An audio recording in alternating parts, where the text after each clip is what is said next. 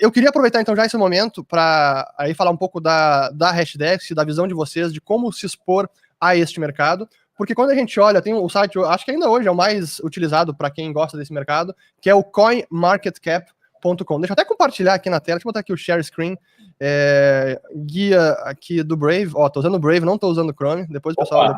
Excelente, Vai até falar do Brave depois, ó. Tá aqui, ó. Então aqui tem o CoinMarketCap, para quem não sabe, é um site que lista as principais criptomoedas por capitalização de mercado, valor de mercado.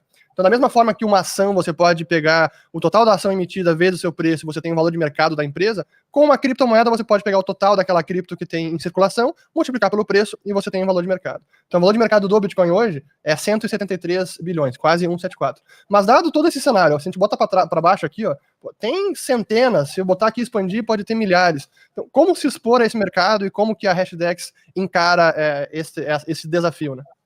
Cara, legal. Acho que a primeira coisa que vale, talvez fazer um refrãozinho, assim, é que, assim, tenha em mente que a maioria das criptomoedas, dos criptoativos, não se propõe a ser dinheiro, minimamente, tá? Então, a ideia do Bitcoin, então, acho que a gente pensa muito em criptomoeda e tem moeda no nome, né? Então, a gente lembra imediatamente de moeda, assim, né, do dinheiro, mas, assim, isso acaba levando a gente, possivelmente, para um lugar não correto.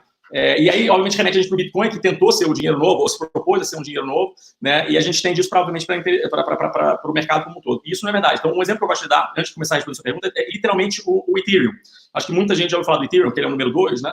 O Ethereum não se propõe a ser dinheiro minimamente, tá? Então, o Ethereum seria muito mais parecido com a ideia de um Visual Basic ou de um C++. Pensa que se você quiser fazer um programa para computador, você vai usar, enfim, Java, C++, Visual Basic, né, uma plataforma de programação.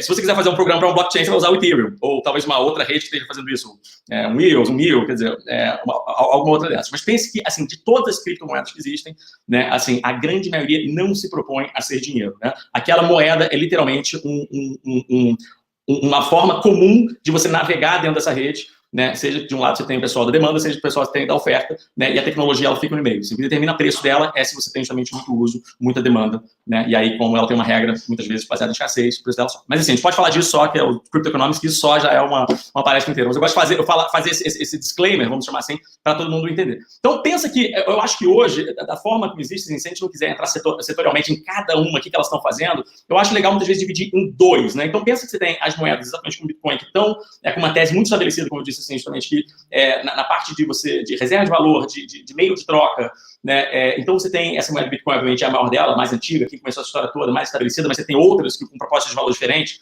talvez alguns dos forks do Bitcoin, que a gente já ouviu falar de Bitcoin Cash, Bitcoin SV, enfim, outras como Monero, como Dash, que querem ser justamente moedas realmente privadas, enfim, você tem uma série de outras propostas, mas então você tem esse mundo daqui, tá? E você tem todo o resto que aí eu acho que parece mais com o mundo de venture capital, né? Então pensa que redes, blockchains diferentes vão querer resolver problemas diferentes. O Ethereum é que eu falei justamente de uma de programação, está querendo resolver esse problema, mas você tem outras que estão querendo resolver problemas completamente distintos. Algumas querem resolver o problema de ser a Web 3.0, outras querem resolver o problema de file storage. Quer dizer, então você tem um mundo muito grande, mas lembra que são mundos ainda não provados.